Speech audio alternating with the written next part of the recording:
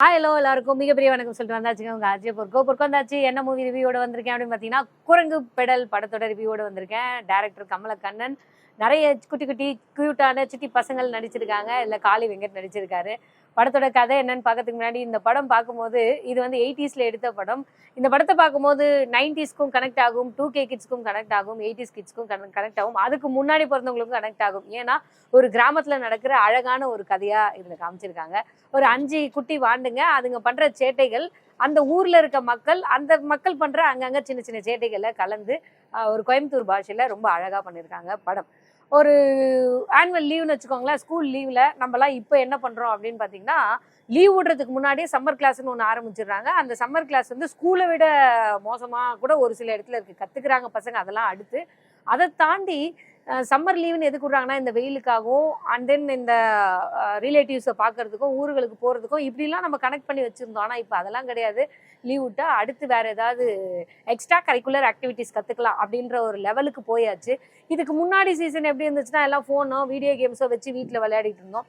அதுக்கும் முன்னாடி காலம் எப்படி இருந்தது அப்படின்னு பார்த்தீங்கன்னா, வீட்லேயே பக்கத்தில் இருக்கிறவங்களோட விளையாடிட்டு இருந்தோம். அதுக்கும் முன்னாடி எப்படி இருந்ததுன்னா, சொந்தக்காரங்க வீட்டுக்கு போகிறது அந்த மாதிரி இருந்தது.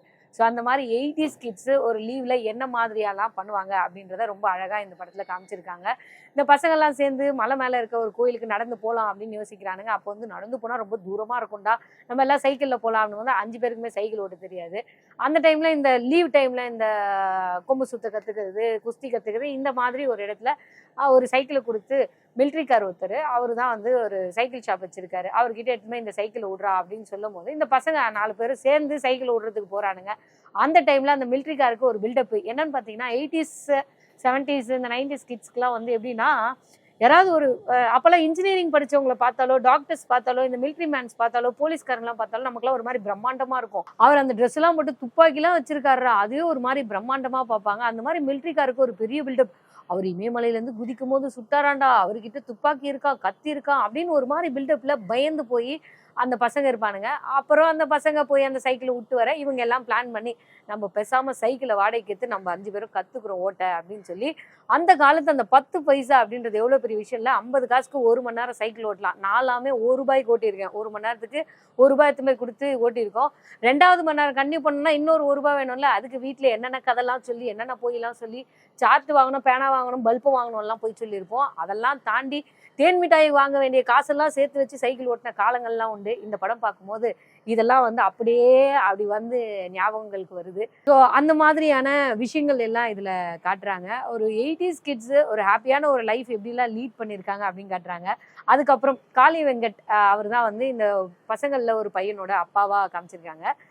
இந்த பசங்களோட அட்டகாசங்கள் ஒரு பக்கம் காட்ட, ஒரு சிலர் வீட்டில் அந்த 50 காசு எப்படி வாங்கிட்டு வர்றதுன்னு தெரியாமல் உண்டியிலேருந்து எடுத்துகிட்டு போகிற மாதிரியான ஒரு கேரக்டர் வச்சுருக்காங்க. த்ரூஅவுட்டாக படம் ஃபுல்லாக இந்த மாதிரி நிறைய ஜாலியான கேரக்டர்ஸை வச்சு, ஊர் மக்களில் ஒரு சில பேரை வச்சு அந்த ஒரு ஜாலியான கேரக்டர் கொடுத்துருக்காங்க.